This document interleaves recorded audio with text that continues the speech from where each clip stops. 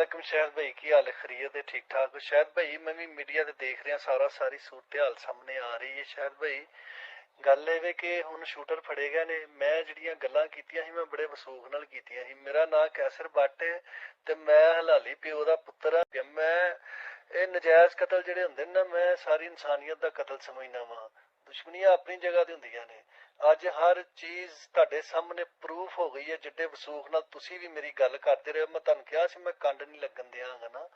ਠੀਕ ਹੈ ਤੇ ਇਨਸ਼ਾਅੱਲਾ ਤਾਲਾ ਅੱਜ ਤਫਤੀਸ਼ਾਂ ਕਰਾ ਲਓ ਜੋ ਮਰਜ਼ੀ ਕਰਾ ਲਓ ਮਸ਼ਵਰੇ 'ਚ ਕਿਸੇ ਤਰ੍ਹਾਂ ਵੀ ਮੇਰਾ ਕੋਈ ਤਲਕ ਕੱਢ ਕੇ ਵਹਾ ਦਿਓ ਤੇ ਫਿਰ ਮੈਂ ਤੁਹਾਡਾ ਦੇਣਦਾਰ ਹਾਂ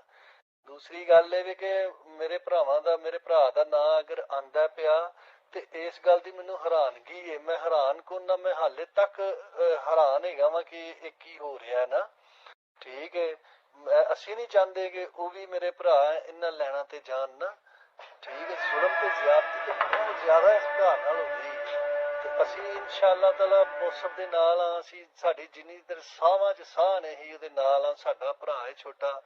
ਇਨਸ਼ਾਅੱਲਾ ਤਾਲਾ ਮੇਰਾ ਮੌਕਫ ਤੇ ਅੱਜ ਨੰਗਾ ਹੋ ਗਿਆ ਜੇ ਤੇ ਜਿਹੜੇ ਮੇਰੇ ਨਾਲ ਦੇ ਨਾਲ ਜੋੜਦੇ ਸਨ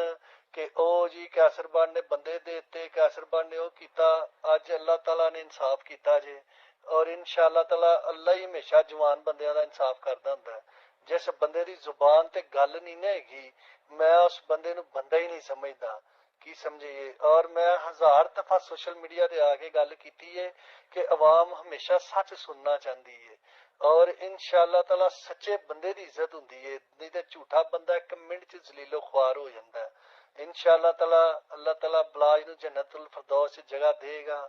ਅੱਲਾਹ ਤਾਲਾ ਉਹਦੀ ਪੂਰੀ ਫੈਮਿਲੀ ਨੂੰ ਸਬਰ ਦੇਗਾ ਇਨਸ਼ਾਅੱਲਾ ਤਾਲਾ ਬਲਾਜ ਮੇਰੀ ਜਾਨ ਹੈ ਬਲਾਜ ਮੇਰਾ ਭਰਾ ਹੈ ਬਲਾਜ ਮੇਰਾ ਪੁੱਤਰ ਭਤੀਜਾ ਸਾਰਾ ਕੁਝ ਹੀ ਮੇਰੀ ਜ਼ਿੰਦਗੀ ਦਾ ਬਲਾਜ ਹੀ ਹਿੱਸਾ ਸੀ ਔਰ ਇਨਸ਼ਾਅੱਲਾ ਤਾਲਾ ਅੱਲਾਹ ਪਾਕ ਆਪਣੇ ਹਿਫਜ਼ੋ ਮਾਨ 'ਚ ਰੱਖੇ ਸਭ ਨੂੰ